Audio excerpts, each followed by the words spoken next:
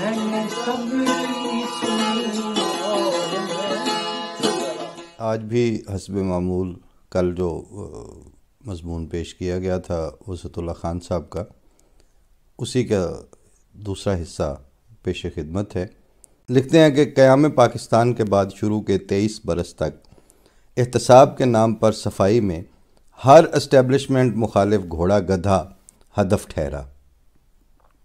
حاکم وقت کی انا اور خوہ انتقام کی تسلی تو بخوبی ہو گئی، مگر جسے لغوی و معنوی احتساب کہتے ہیں اس کی غیر جانبدارانہ تکمیل ادھوری ہی رہی۔ لیاقت دور کے پروڈا اور ایوبی دور کے ایبڈو کے ذریعے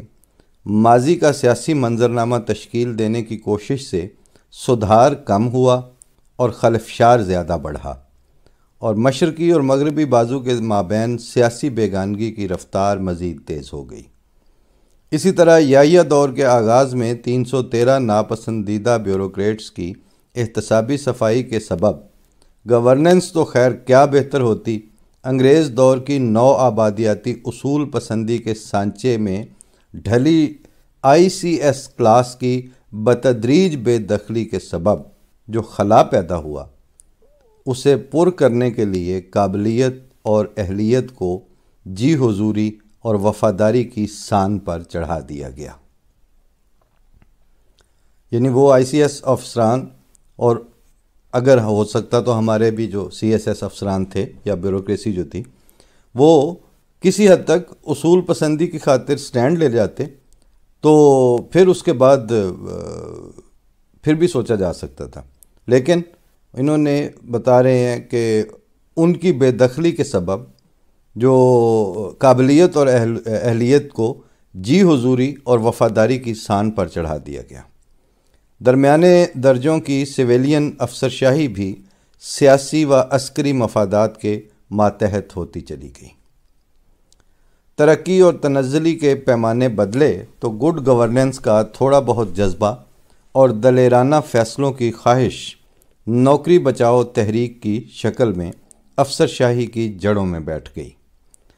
ریاستی فیصلوں کا معیار گرتا چلا گیا اور تنظیم اور ضبط کو منظم افراتفری نے معزول کر دیا۔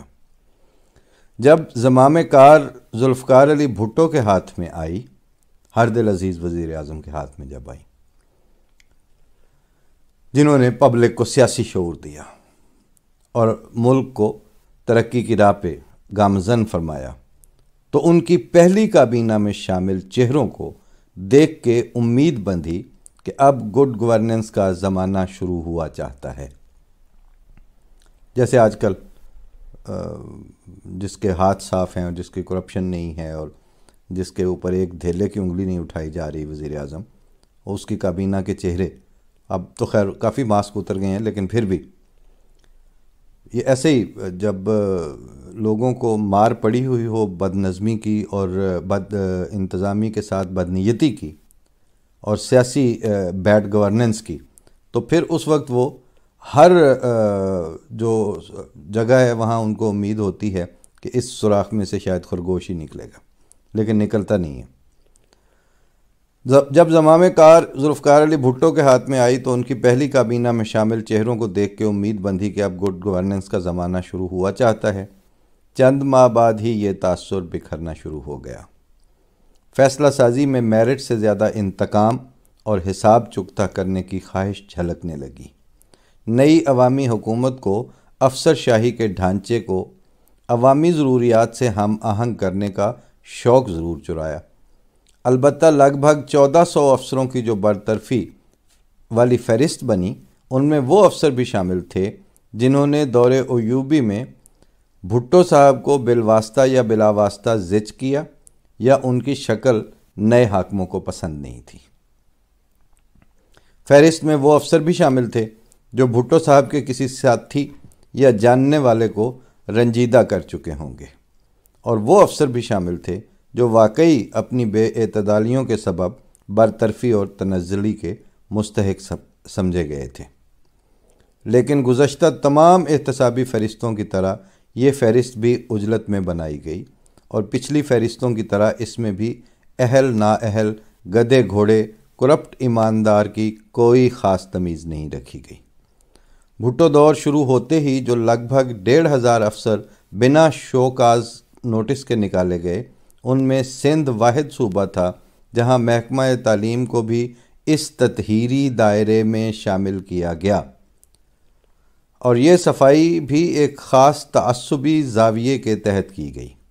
مثلاً board of intermediate and secondary education Hyderabad کے پہلے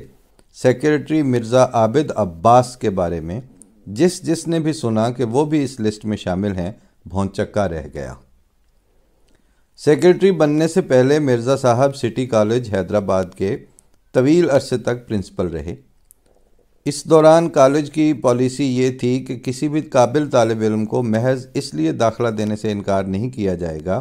کہ وہ فیس جمع کرانے کے قابل نہیں۔ اس فیصلے کے سبب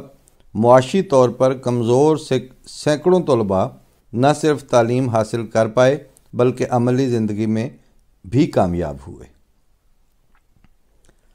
مرزا عابد عباس حیدرآباد کی ادبی زندگی کے بھی محور تھے۔ کمشنر نیاز صدیقی اور مرزا صاحب کے بدولت شہر کے ہر بڑے مشاعرے میں فیض، جوش، جگر سمیت صف اول کے بیشتر ادبی مشاہیر کی موجودگی ناگزیر ہوا کرتی تھی۔ ستم ظریفی یہ رہی کہ جس دن مرزا عابد عباس کو بے قاعدگی اور اختیارات کے بے جا استعمال وغیرہ کے الزام میں برطرف کیا گیا، اگلے دن سٹی کالج کے بورڈ آف گورنرز نے انہیں پیشکش کی کہ وہ جب چاہیں کالج کے پرنسپل کی ذمہ داریاں پھر سے آ کے سنبھال سکتے ہیں۔ ایک ہفتے بعد حکومت نے نجی تعلیمی ادارے قومی تحویل میں لینے کا اعلان کر دیا گیا۔ قومیائے گئے کالجوں میں سٹی کالج بھی شامل تھا۔ برطرفی کے بعد ایک سرکردہ اردو اخبار میں مرزا صاحب کا خط چھپا جس میں انہوں نے چیلنج کیا کہ اگر گورنر سندھ میر رسول بخش تالپور، جو کہ مجھے بہت اچھی طرح جانتے ہیں، صرف یہ گواہی دے دیں کہ میں نے اپنے منصب پر رہتے ہوئے 1 روپے کی بھی بے قاعدگی کی ہے، تو اس کے بعد ریاست مجھے برسر عام پھانسی دے دے، میں یہ سزا بلا حجت قبول کر لوں گا۔ حکومت کی جانب سے اس چیلنج کا جواب خاموشی کی صورت میں دیا گیا۔ مرزا صاحب نے اپنی برطرفی کو عدالت میں چیلنج کیا۔ 1978 میں وہ اپنی بے گناہی ثابت کرنے میں کامیاب ہوئے اور انسپیکٹر آف کالجز سندھ کے عہدے پر تعینات کیے گئے اور پھر ریٹائرمنٹ لی،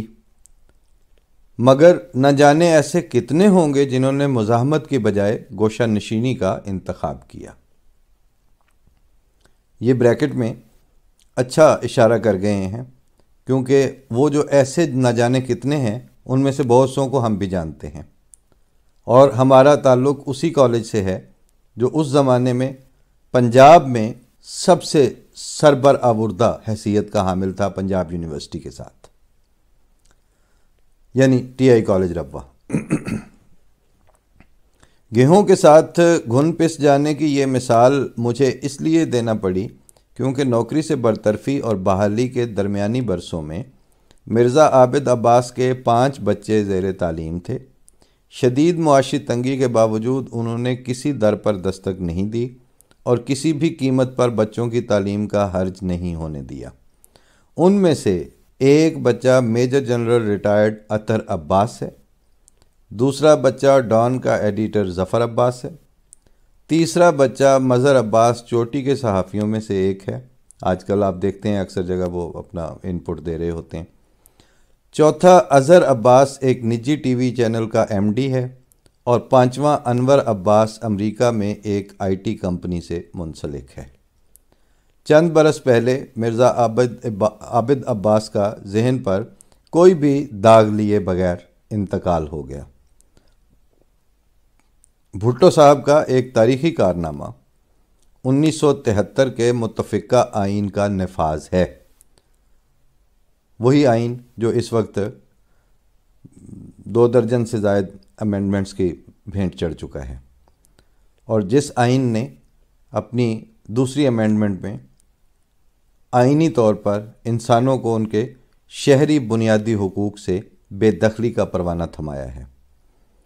اس آئین کے تحت دیہی علاقوں کو شہری علاقوں کے برابر ترقی دینے کے لیے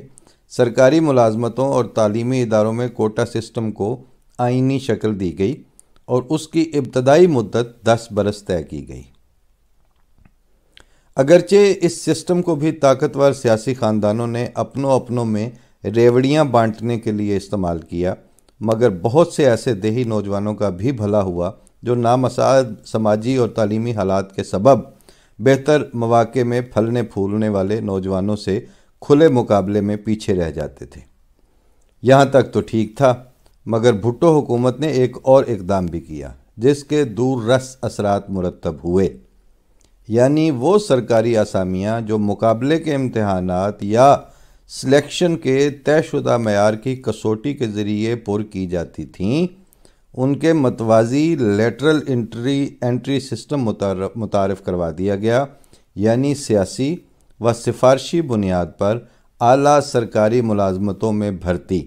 بعد ازاں اس میں سفارش کے ساتھ پیسہ بھی شامل ہوتا گیا۔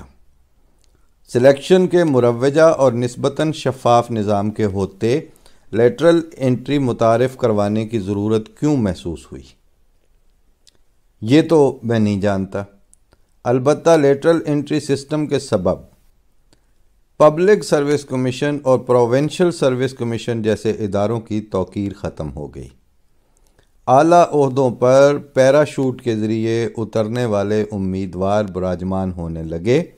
اور یہ تقرریاں عدلیہ، پولیس، کسٹمز، ریونیو سمیت ہر اس کلیدی محکمے میں ہوئیں جنہیں گورننس کا ستون سمجھا جاتا ہے۔ نتیجہ یہ نکلا کہ جو افسر سلیکشن کے طے شدہ راستے سے میرٹ کے بلبوتے پر آئے تھے، ان میں مایوسی، غصہ اور کام سے عدم دلچسپی بڑھی۔ اس لیٹرل انٹری والے کئی افسر ترقی کرتے کرتے فیصلہ سازی کے مجاز کلیدی عہدوں تک جا پہنچے اور پھر انہوں نے بھی ایسے ماتحتوں کو بھرتی کرنے کے لیے اختیارات استعمال کیے جو ان کے لیے خطرہ نہ بنے یا ان سے آگے نہ نکل جائیں۔ یہ میرٹ کی جب دھرجیاں بکھیری جاتی ہیں تو وہ کل جو میں نے عرض کی تھی قابل اجمیری والی بات کہ وقت کرتا ہے پرورش برسوں، حادثہ ایک دم نہیں ہوتا۔ لیٹرل انٹری نے اس کلاس کو جنم دیا جو اہل اقتدار کی نہ صرف احسان مند تھی بلکہ ان کے لیے جائز اور ناجائز سے قطع نظر ہر کام کرنے پر آمادہ تھی۔ ان کے لیے اوپر سے آنے والا یہ حکم کافی تھا کہ انورٹڈ کاماز میں ہے کہ یہ کام ہر صورت میں کرنا ہے، یہ کیسے ہوگا، قانونی راستہ تم خود تلاش کر لینا۔ یہ وہ سانحہ ہے جس نے گڈ گورننس کے تصور اور معیاری فیصلہ سازی کے تابوت میں آخری کیل ٹھونک دی۔ اس کے بعد بھی احتساب کا سرکس جاری رہا۔ قصہ ابھی جاری ہے۔